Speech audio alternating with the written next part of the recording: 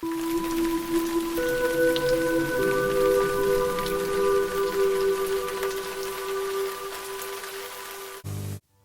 is up, everybody? I'm Johnny Breaux. Welcome to Johnny Breaux Video, the 24-hour video store for the strange, the gritty, and the unexplained. Around here, every tape's a little different. Sometimes it's cryptids and UFOs, sometimes it's movie talk and midnight TV. But when it comes to what you pulled off the shelf tonight, let's hit play and dive in. Deep in the vast, uncharted wilderness of America, from the dense Appalachian woods to the isolated reaches of national parks, there are whispers. Stories passed from ranger to ranger, from family to family. Tales of feral people, humans who have abandoned society, living in the shadows, wild and primal. Some call them myths. Others claim they've seen them. Sunburned skin like cracked leather, hair matted in thick clumps, eyes that glint like an animal's in the dark. Are they simply lost souls, or something more sinister? This is a hidden world of feral people in America.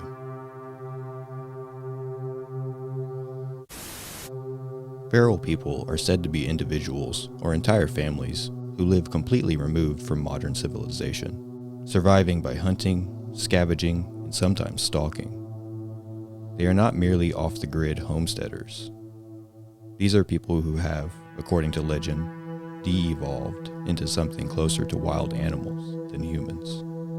The stories go back centuries, whispers among settlers of mountain-dwelling cannibals or mysterious forest hermits. In recent decades, the rise of internet forums and Reddit threads has breathed new life into these accounts. One infamous claim involves strange sightings in Great Smoky Mountains National Park. Hikers report being watched by figures darting between trees, barefooted and nearly naked, vanishing into thick brush. Rangers allegedly find remains of campsites, crude shelters made of bark, bones scattered nearby, and signs of something living just outside the reach of firelight. One chilling account comes from a man hiking near Clingman's Dome in Tennessee. He described a filthy figure crouched near a stream, drinking directly from it with both its hands. When the man made a noise, the figure looked up and bolted on all fours into the woods. It wasn't just the motion that terrified him. It was the expression, blank, unblinking, and utterly inhuman. Another tale, this time from Utah's Uinta Mountains, describes a night camper who awoke to sounds of shuffling just beyond his tent. When he flashed his light, he saw a gaunt figure watching him, its skin grayish, eyes large, no sign of clothes. By the time he unzipped the tent, it had disappeared.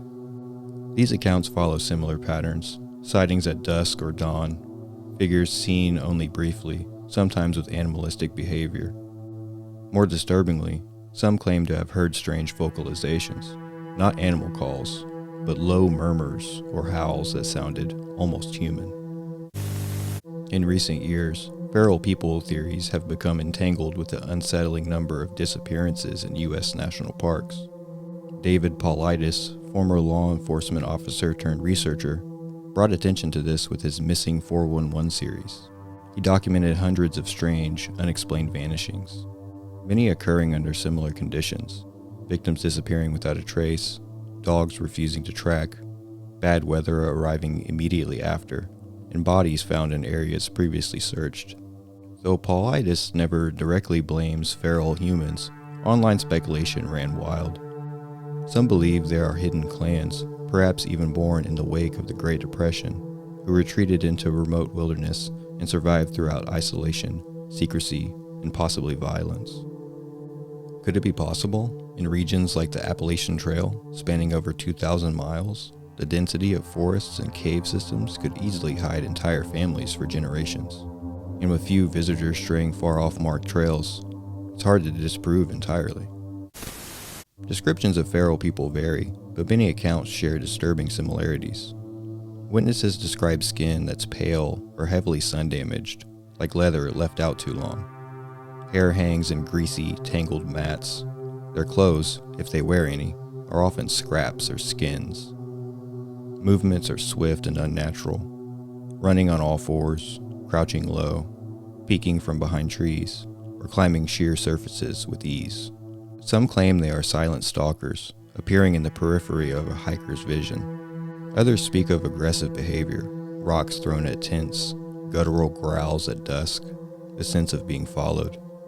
One woman in Oregon reported a tall, gaunt figure scratching at her cabin window, miles from the nearest town.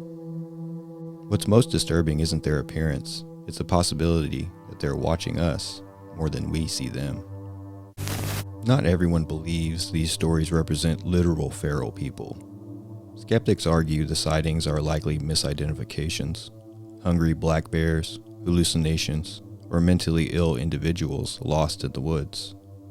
Others suggest the phenomenon is a blend of folklore and fear, the unknown turned into a monster. And after all, the wilderness is terrifying, and humans are storytellers. But then there's the psychological angle. Some researchers point to known cases where people voluntarily isolated themselves for decades. Hermits who built shelters, survived off the land, and never returned to society. Multiply that across generations, especially in remote areas, and it begins to feel less impossible. There's also a darker theory, government cover-ups.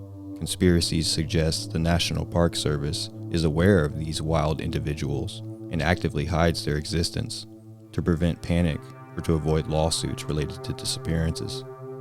Is it paranoia or protection? The story of feral people in America is both terrifying and fascinating. Whether real or legend, it taps into something ancient, the fear of being watched in the woods, of what might be lurking beyond the firelight. The wilderness remains one of the last places on Earth where we truly don't know what's out there. And maybe that's the most haunting part. We think our national parks are safe escapes, controlled and monitored, but once you leave the trail, all bets are off. So the next time you're hiking and feel like you're not alone, when you hear a branch snap behind you, or glimpse movement in the trees, remember, the forest has eyes, and not all of them belong to animals. Maybe the stories are just that, stories, or maybe some truths are better left alone. Thanks for stopping by Johnny Breaux Video. This tape's done spinning, but there's always more waiting in the aisles. Be kind, get creeped out, rewind, and come back anytime. I'm Johnny Breaux, y'all have a good one, and I'll see you next time, right here at Johnny Breaux Video.